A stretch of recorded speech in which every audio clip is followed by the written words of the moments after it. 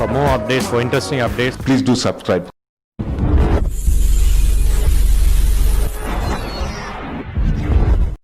ప్రార్థన. పరిశుద్ధుడైన మా లోకరక్షకుడా, మా యేసు ప్రభువా, మీ పరిశుద్ధ నామాన్ని బట్టి వందనాలు. అయా మా దేశాలు ప్రభువా అల్లకొల్లోలం అవుతున్నాయి ప్రభువా.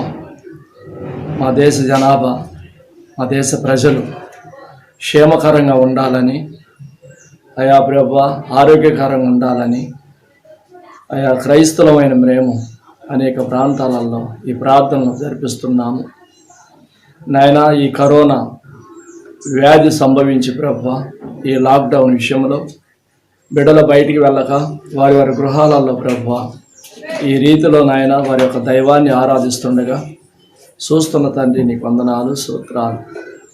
అయా కొన్ని మాటలు నాయన ప్రపంచానికి తెలియపరుస్తుండగా అయా వెనగల మనసును గ్రహించే హృదయమును బిడ్డలకు అనుగ్రహించండి. ఈ వీడియో చూస్తున్న ప్రతి ఒక్కరిని నాయన మీరు దీవించండి, వారిని ప్రేమించండి, ఆదరించండి. అయా ప్రభువా ఈ వాక్యం నాయన వింటున్న ప్రతి ఒక్కరూ ఆశీర్వాదకరంగా దీవెనకరంగా ఉంటాను సహాయం చేయమని యేసుక్రీస్తు నామములో ప్రార్థిస్తున్నాం తండ్రి. ఆమేన్, ఆమేన్, ఆమేన్. మంచిది. అందరూ బాగున్నారని నేను కోరుకుంటున్నాను, చాలుచున్నాను. ప్రియులారా, ఈరోజు మరి దేశాలు, ప్రపంచ దేశాలు కరోనా అనే వ్యాధి మరి సంభవించి ఉన్నది. ప్రపంచ దేశాలనే వణికిస్తున్నది ఈ వ్యాధి. మరి గతంలో కూడా మరి కొన్ని వ్యాధులు, కొన్ని వైరస్ మన మీదకి వచ్చినట్లుగా కొన్ని సాక్ష్యాలు ఉన్నాయి. ప్రియా దేవుని సంగమా, నేను ఒక సేవకుడిగా తెలియపరుస్తున్నాను. దేవుణ్ణి అంగీకరించండి. ప్రతి ఒక్కరూ మారు మనసు పొందండి, ప్రతి ఒక్కరు రక్షణ పొందండి అని నేను మీతో మాట్లాడలేదు. కానీ దేవుడు అనేవాడు ఉన్నాడు. ఆయన పేరు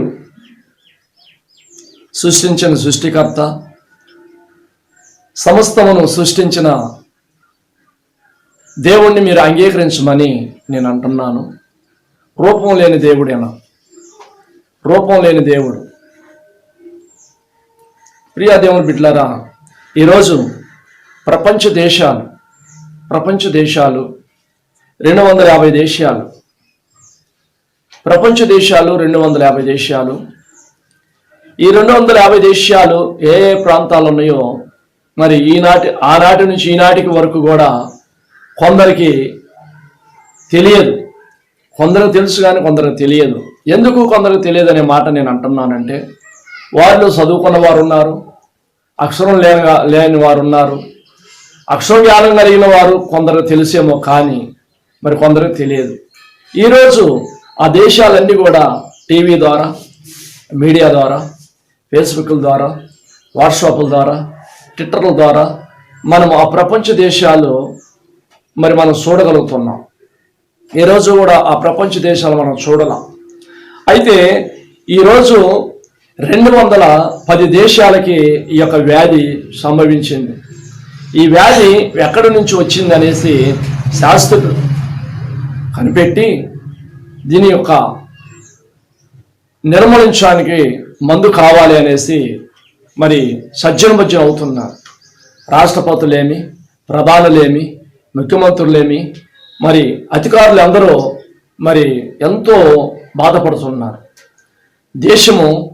దేశాలు అలవడించిపోతున్నాయి. ఈరోజు కరువులో ఉన్నాం, కరువు వచ్చేసింది.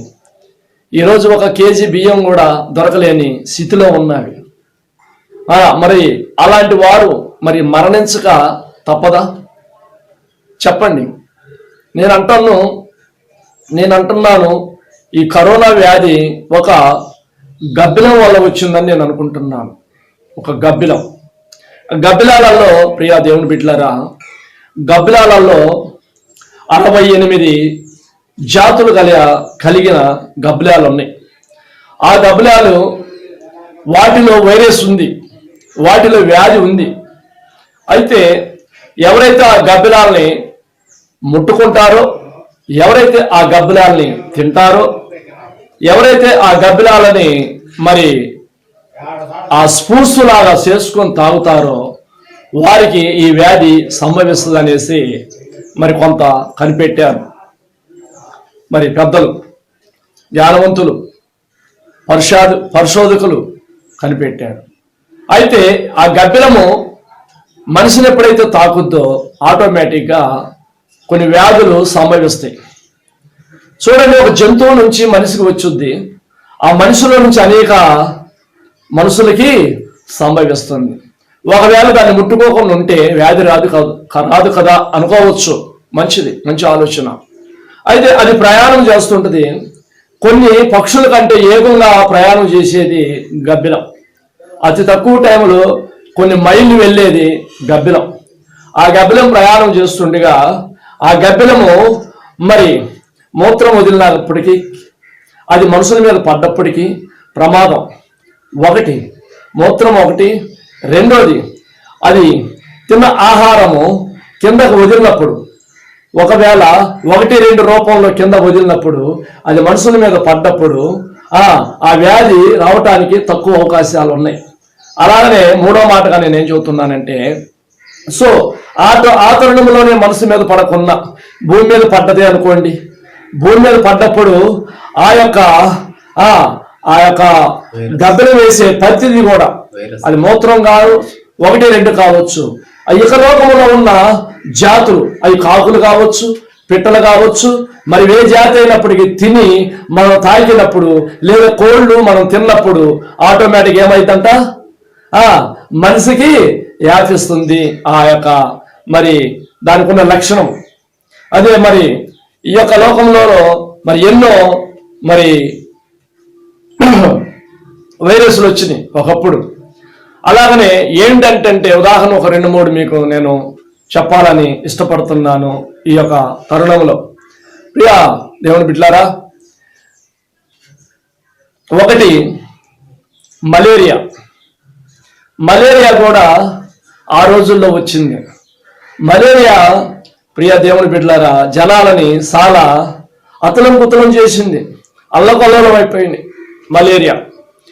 తర్వాత కొన్ని రోజులకి దాని మెడిసిన్ కనిపెట్టి దాని యొక్క మరి జబ్బుకి అరికట్టారు. అలాగనే మరి సైన్ఫ్లో వచ్చిందండి. అది ఒక వైరస్. సైన్ఫ్లో తుమ్మటాలు, దగ్గటాలు, జ్వరం రాటాలు, ఆ శ్వాస ఎదురు వారి తగిలినప్పుడు ఆటోమేటిక్గా వారికి కూడా అవే సూచనలు కనిపించటం సైన్ఫ్లో. అప్పుడు కూడా మాస్కులు పెట్టుకొని చాలా మంది మరి ప్రయాణాలు చేసినట్లుగా చూస్తున్నాం. అంటే ఇంతగా రాలేదండి. ఇప్పుడు అలాగనే డెంగ్యూ వచ్చిందండి. ఒక దోమకాటు వల్ల అనేకులు మరణించారు. చిన్న జీవి అండి కదా, దోమ, సీమ చాలా చిన్న జీవులు కదా.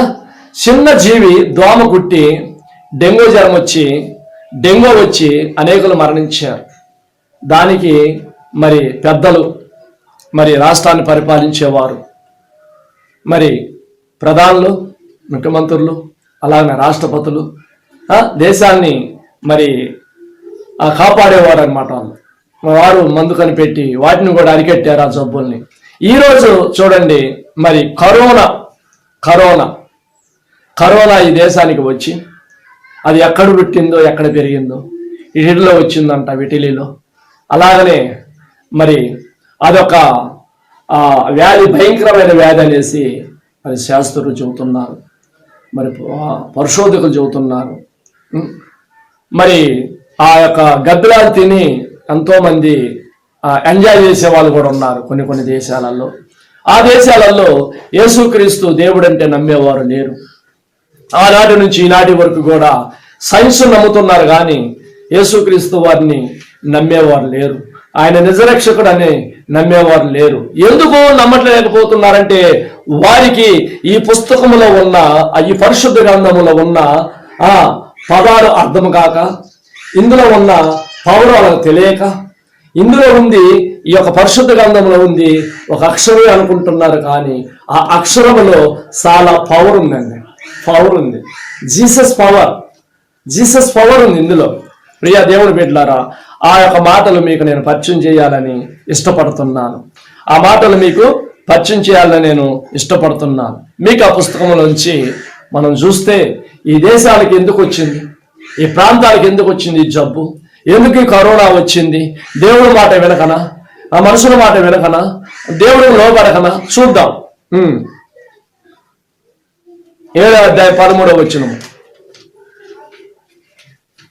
అయితే దేశ నివాసులు చేసిన క్రియలను బట్టి దేశము పాడగును.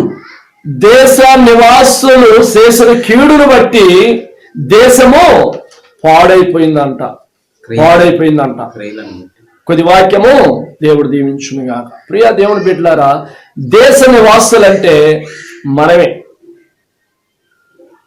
వారు వీరు అంటలేదు కానీ మనమే.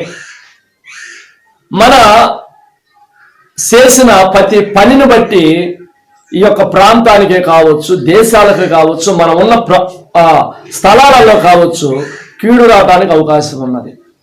అవునా కాదా? ఏంటి ఆ కీడు అంటే ఈ కరోనాను తప్పించుకునే వాళ్ళు ఈ రోజుల్లో చాలా మంది ఉన్నారు. ఎవరయ్యా వారు అంటే నిజమైన దేవుడి వాక్యాన్ని బోధిస్తూ నిజమైన దేవుని వాక్యాన్ని అంగీకరించిన వారు, ఖచ్చితంగా ముందొచ్చే ఆ యొక్క ఉగ్రతను కనిపెట్టి గమనించి తప్పించుకునేవారు చాలా మంది ఉన్నారు. అట్టి గమనిక లేని వారు కోకొల్లలు ఉన్నారనేసి నేను తెలియపరుస్తున్నాను. నిజంగా దేవుడి మాట వినకనే ఈ యొక్క కరోనా వచ్చిందనేసి, ఈ సంభవించిందనేసి నేను ఒక సేవకుడుగా మీకు నేను తెలియపరుస్తున్నాను. యేసుక్రీస్తు వారిని నమ్ముకోండి, దేశాలు స్వస్థత పడతాయి. ప్రపంచ దేశాలు బాగుపడాలని అనేక ప్రాంతాల నుంచి, ప్రియా దేవుని బిడ్డలారా, ప్రపంచ దేశాలు బాగుపడాలని అనేక దేశాల నుంచి వచ్చేసి విరాళాలు ఇచ్చిన వారు ఉన్నారు. అయితే వాటితో ప్రపంచ దేశాలు బాగుపడవండి. ఇదిగో జీవము గల దేవుణ్ణి నువ్వు ఆరాధిస్తే, జీవము గల దేవుడిని, యేసుక్రీస్తుని, యెహోవా దేవుడిని నీవు గనుక అంగీకరిస్తే, ఇదిగో నీ దేశం గనుక అంగీకరిస్తే, ఇదిగో ఆ దేశానికి నువ్వు అధిపతివి కదా, నీవు గనుక ఒక ఆర్డర్ వేసావంటే ప్రతి ఒక్కరు మోకరించి ఒక 5 నిమిషాలు దేశాలు ప్రార్థనలు చేయండి. ఈ కరోనా ఆగపోతే నా ప్రియా దేవుని బిడ్డలారా, అప్పుడు అడగండి. ఈ కరోనా ఆపే మందు ఏమిటంటే ప్రతి దేశానికి ఉన్న రాజు, ప్రధానమంత్రి, రాష్ట్రపతులు ఆ దేశాలకి ఆజ్ఞాపించాలా, ఇదిగో జీవము గల దేవుణ్ణి మీరు ప్రార్థించండి అని ఒక్క ఆజ్ఞాపిస్తే ఖచ్చితంగా ఇప్పటికిప్పుడు ఆగిపోద్ది. ఎప్పటికిప్పటికి ఎక్కడ స్పందించిపోద్ది అనమాట ఆ యొక్క రోగం. ఎవరిని బట్టి వచ్చిందంట మళ్ళీ చూద్దాం అదే మాట. ఎవరిని బట్టి చూద్దాము? ఎవరిని బట్టి వచ్చింది ఈ యొక్క రోగము? ఎవరిని బట్టి? దేశ ప్రజలను బట్టి వచ్చేసింది. అయితే దేశ నివాసులు చేసిన క్రియలను బట్టి దేశము పాడుగును. దేశం పాడైపోయిందంట. నిజంగా ప్రియులారా, ఆ దేశంలో ఉన్నవారు ఎవరన్నా కావచ్చు, అది ఏ దేశమైనా కావచ్చు, అదర్ కంట్రీ ఏదైనా కావచ్చు, న్యూజిలాండ్ కావచ్చు, స్విట్జర్లాండ్ కావచ్చు, లండన్ కావచ్చు, ఇటలీ కావచ్చు, అమెరికా కావచ్చు కదా, అది ఏ ప్రాంతం అయినా కావచ్చు, ఏ దేశమైనా కావచ్చు. ఇదిగో ఈ కరోనానికి నల్లవాడని లేదు, తెల్లవాడని లేదు, చిన్నవాడని లేదు, పెద్దవాడని లేదు. ప్రియా దేవుడి బిడ్డలారా, ప్రతి ఒక్కరికి మరణము సంభవిస్తుంది. ఇది ఒక హెచ్చరిక మాత్రమే అంటున్నాను నేను. ఇది ప్రజలకు ఒక హెచ్చరిక మాత్రమే అంటున్నాను. దేవుడికి లోబడకనేనంట ఈ యొక్క రోగము సంభవించింది, ఈ వ్యాధి సంభవించింది. ఎన్నడను చూసావా? నా వయసు 52 సంవత్సరాలండి. నేనైతే ఎప్పుడూ చూడలేదు. ఒక పూట వండుకొని ఒక పూట పస్తు ఉన్నవారు కోకొల్లలు ఉన్నారు. ఈరోజు ఒక్క పూట తిని 3 రోజులు పస్తు ఉన్నవారు ఉన్నారు. అడిగితే పెట్టేవారు కూడా లేదు. ఇంటి గుమ్మం ముందుకు వస్తే రానిచ్చే వాళ్ళు కూడా లేరు. ఎక్కడ కరోనా తగిలిస్తారు అనేసి, ఎక్కడ మీరు మాట్లాడితే ఆ నోట్లోంచి వచ్చిన ఆ తువ్వలు మా మీద పడతాయేమనేసి, ఆ రోగం అటాక్ అయితే అనేసి ఒక భయాప్రాంతం చేస్తుంది కరోనా. ఇదిగో నిజంగా నువ్వు గనక యేసుక్రీస్తు వారిని నమ్ముకుంటే, యేసుక్రీస్తు వారిని నమ్ముకున్న వారికంట ఏ ఒక్క కొద ఉండదంట, ఏ ఆపద రాదంట, ఏ ఉప్పదత రాదంట. ప్రియ దేవుని బిడ్డలారా, ఇదిగో నన్ను నమ్ముకున్న దేశాలని నేను ఆశీర్వదిస్తాను, నేను స్వస్థపరుస్తాను అంటున్నాడు ఆయన. 2వ దినవృత్తాంతాలు అంటున్నాడు ఆయన. 7వ అధ్యాయం చదవాల్సిన పని, 7వ అధ్యాయము 1, 2, 3 వచనాలు చదవచ్చు. తర్వాత 15, 13, 14 వచనాలలో మాటలు ఉన్నాయి నా ప్రియ దేవుని బిడ్డలారా. 7వ అధ్యాయము 13, 14, 15 వచనాలు మనం తర్వాత చూసుకోండి. దేశాలు స్వస్థపరిచేది ఇదిగో మనుషులు కాదండి, దేశాలు స్వస్థపరిచేది, దేశాలు నడిపించేది, క్షేమకరంగా ఉంచేది, లాభకరంగా ఉంచేది, ఆశీర్వాదకరంగా ఉంచేది నా తండ్రి అయినా దేవాతి దేవుడు తప్పనిచ్చి మరి ఎవరు కూడా ఈ కరోనా వ్యాధిని ఆపలేరనేసి ఒక దైవ సేవకుడిగా తెలియపరుస్తున్నాను. 210 దేశాలకి వ్యాపించిందండి, ఇంకా 40 దేశాలు ఆగినాయి. 210 దేశాలకు వ్యాపించింది ఈ కరోనా వ్యాధి. ప్రపంచ దేశాలు వణుకుతున్నాయండి, ప్రపంచ దేశాలు. ప్రియా దేవుని బిడ్డలారా, ఎంత ప్రాంతాలు అవుతున్నారో చూడండి. 2వ మాటగా మీకు నేను తెలియపరుస్తున్నాను. జపన్య పుస్తకము నుంచి 1వ అధ్యాయం, జపన్య పుస్తకముల నుంచి 1వ అధ్యాయము 17వ వాక్యం. జనులు యెహోవా దృష్టికి పాపము చేసిరి గనుక, జనులు యెహోవా దృష్టికి పాపము చేసిన కనుక నేను వారి మీదికి ఉపద్రవము రప్పింపబోచు, వారి మీదికి ఉపద్రవము రప్పించును బోచున్నాను. చూడండి నా ప్రియ దేవుని బిడ్డలారా, ఆల్రెడీ వచ్చేసిందండి. జనులంట ఆయన మాట వింటలేదంట, దేశాలు ఆయన మాట వింటల్లా. అందుకనే వారి మీదకి ఏమొచ్చిందంట, ఒక తెగుళ్ళు పంపించేశాడు, ఒక ఉపద్రవాలు పంపించేశారు ప్రజల మీదకి, దేశాల మీదకి పంపించాడు. తర్వాత మనము ఏం మొత్తుకున్నా కానీ ఉపయోగం లేదండి. ఇదిగో ఆనాడు నా ప్రియ దేవుని బిడ్డలారా, ఒక పట్టణం పాడైపోతుంది. అదేమి పట్టణం? అది నిలివే పట్టణం పాడవుతుండగా దేవుడు గమనించాడు, నేను నాశనం చేయబోతున్నాను అని ఒక ప్రవక్తను పంపించాడు అక్కడికి. ఆ ప్రవక్త వెళ్ళి, ఇదిగో నిలివే పట్టణం ప్రజలారా, ఈ పట్టణాన్ని నాశనం చేయబోతున్నాడు నా యెహోవా దేవుడు, మీరు సిద్ధపడండి అన్నప్పుడు మెలకువగా ఆ రాజు ఏం చేశాడు, నిలివేపట్నం రాజు ఆ ప్రజలందరిని పిలిపించి ఆజ్ఞాపించాడు. ఇదిగో యెహోవా దేవుడు ఈ విధంగా ఒక ప్రవక్తను పంపించాడు, మనమందరం గోరు పటలు చుట్టుకొని, మనమందరం బూడిద పూసుకొని తగ్గించి ప్రార్థన చేసుకుందాము, ఈ ఉపద్రవం ఆగిపోద్ది, ఈ ఉగ్రత ఆగిపోద్ది అని ఆ రాజు ఆజ్ఞాపించాడు. ఆ రాజు ఎంత తెలివి కలవాడండి. ఈరోజు ఇటలీ ప్రాంతం, అనేక ప్రాంతంలో కట్టలు డబ్బులు రోడ్ల మీద విసిరేస్తున్నారండి. ఎందుకో తెలుసా? మాకు డబ్బులు ఉపయోగం లేదు, మా ప్రాణం పోతుంది, ఈ డబ్బు మా ప్రాణాన్ని బ్రతికేయట్లేదండి. ప్రియా దేవుని బిడ్డలారా, ఇది ఒక మనిషి పెడితే ఒక ప్రాంతానికి వచ్చేది, ఒక సైతాన్ని పెడితే ఒక ప్రాంతానికి వచ్చేది కదా. దేవుడి యొక్క ఉగ్రతని ఈ విధంగా మనకి హెచ్చరికగా చూపెడుతున్నాడు. ఇది పూర్తిగా కాదు, ఓన్లీ హెచ్చరిక.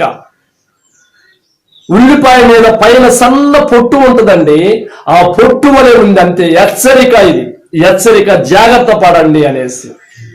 ఉపద్రవాలు పంపిస్తున్నాడంట మన మీదకి, కొన్ని తెగుళ్ళు పంపిస్తున్నాడు మన మీదకి. ఆ తెగుళ్ళ నుంచి మనం బయటకు రావాలి అంటే నువ్వు రాలేవు. దేని బట్టి నువ్వు వస్తావంటే, ఇదిగో నా దేవుడు వాక్యాన్ని బట్టి నువ్వు వస్తావు. ఈ పరిశుద్ధ గ్రంథంలో ఉన్న ప్రతి అక్షరాన్ని నేను బతికించుంది. ఒకవేళ ఎర్రివాడిగా నువ్వు మాట్లాడితే కొన్ని దేశాలు ఇంకా పాడైపోతాయి.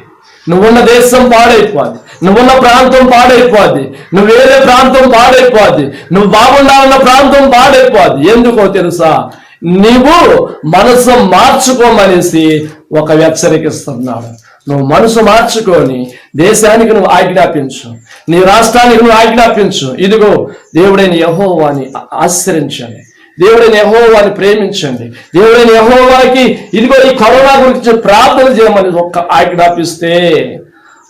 ఆజ్ఞాపిస్తే ఈ ప్రజలందరూ కూడా మోకరించి దేశం కోసం ప్రార్థన చేస్తారు.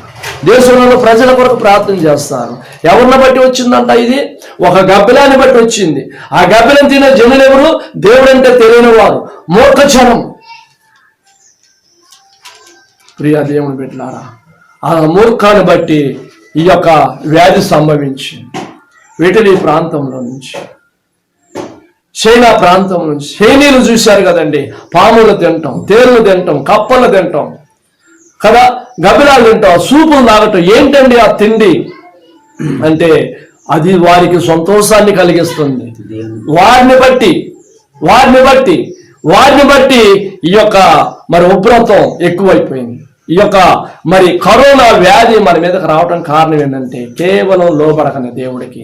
యెషయా గ్రంథంలో కూడా అంటున్నాడు, ప్రియా దేవుని బిడ్డలారా, చదవాల్సిన పని లేదు.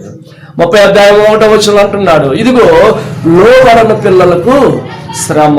ఇదిగో యెహోవాకు వినే లోబడని పిల్లలకు శ్రమ. దేవుడి వాక్యాలకు లోబడాలా, దేవుడి మాటకు లోబడాలా, అధికారులకు లోబడాలా, దేశానికి లోబడాలి. ఈరోజు పోలీసు వారు మన కోసము వారి ప్రాణాలు కూడా లెక్క పెట్టక మన కోసం కాపలా కాస్తుంటే వారిని దుఃఖ పెడుతున్నారు ఈ ప్రజలు. ఎక్కడండి వీళ్ళకి ఇంకా మానవత్వం ఏమైనా ఉందండి?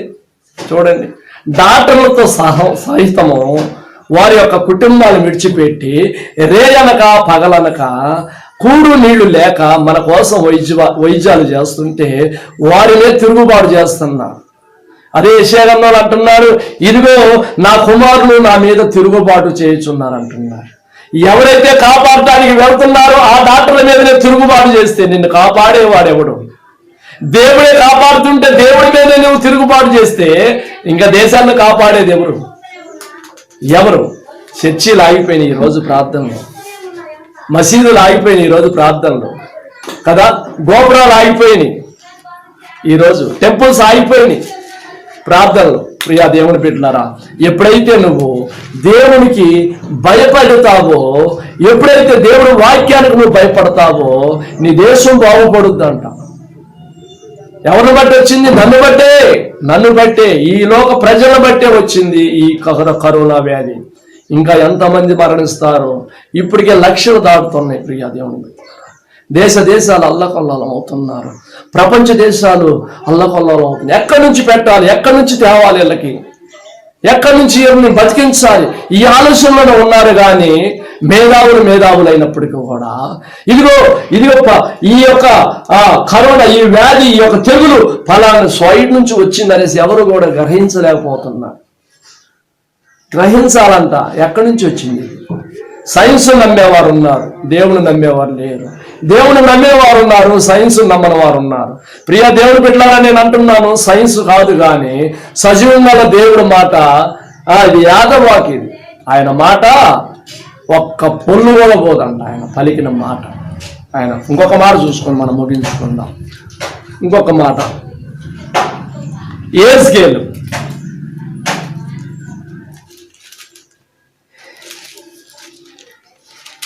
14వ అధ్యాయము 12వ వచనము, మరియు యెహోవాకు నాకు ప్రత్యక్షమై యెహోవా నాకు ప్రతిష్టమై ఇలాగూ సెలవిచ్చెను, నరపుత్రుడా ఏ దేశమైతే విశ్వాసఘాతకమై నా దృష్టికి పాపము చేసినదో దానికి నేను విరోధినై. అబ్బబ్బబ్బ, ఎంత మాట!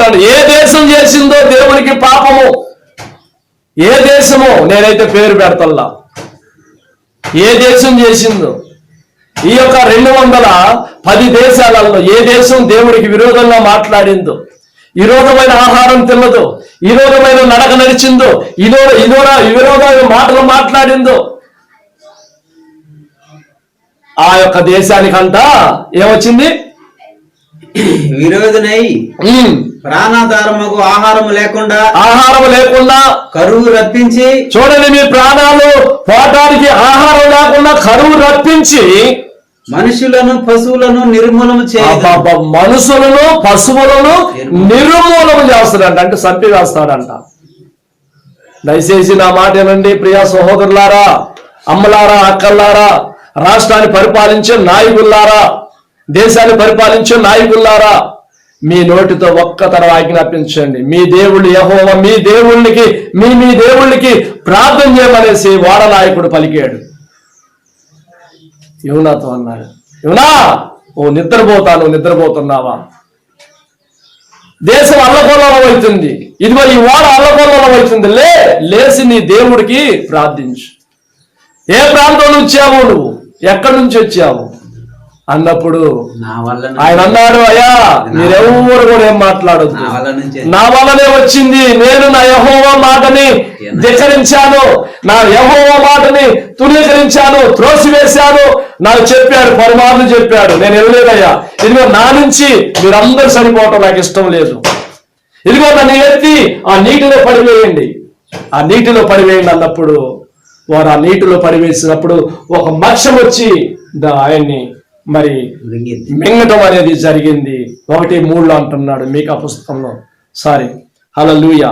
క్రీస్తునందు ప్రియా దేవుని బిడ్డలారా, ఎప్పుడైతే నువ్వు యోనాగంధంలో అంటున్నాడు 1:3, మరి ఎప్పుడైతే నువ్వు ఏ దేశంలో నువ్వు ఆయనకి విరోధంగా పనిచేస్తున్నావు, ఏ దేశంలో విరోధంగా ఇదిగో దేవుడే లేడని నువ్వు మాట్లాడుతున్నావేమో, ఒకవేళ ఈ వాక్యం ద్వారా అన్నా, ఇదిగో ఈ లైవ్ ద్వారా అన్నా, ఇదిగో ఈ టీవీ ద్వారా అన్నా, ఈ యొక్క ఛానల్ ద్వారా చిన్న నీవు 10 మందికి తెలియపరచండి ఈ వాక్యాన్ని. ఇదిగో ఈ కరోనా అంట, ఇదిగో ఈ విధంగా వచ్చిందంట, ఒక్కతడ తెలియపరచండి. నా ప్రియ సహోదరులారా, మీకు 2 చేతులు ఎత్తి నేను నమస్కారం చేస్తున్నాను. ఎందుకంటే ప్రజలు గుట్టలుగా చనిపోతున్నారు. అమెరికా దేశంలో చూసినట్లయితే పాతి పెట్టడానికి స్థలం లేదండి, శవాలని గుట్టలుగా చేస్తున్నారు అంటున్నాడు. ఇంకా మీకా పుస్తకంలో అంటున్నాడు 1వ అధ్యాయం 5వ వచనం, రాళ్ల కొవ్వల వలె చేస్తానంటున్నాడు. ఇంకా నిజం ప్రియులారా, ఇది చాలా దేవుడు వాక్యము ఏదైతే పలుకుతున్నాడో అది ఖచ్చితంగా నెరవేర్చే దేవుడు, మాట తప్పని దేవుడు, నేను ప్రకటిస్తున్న నా దేవుడు. ఆయన పేరే నజరేయుడైన యేసుక్రీస్తు.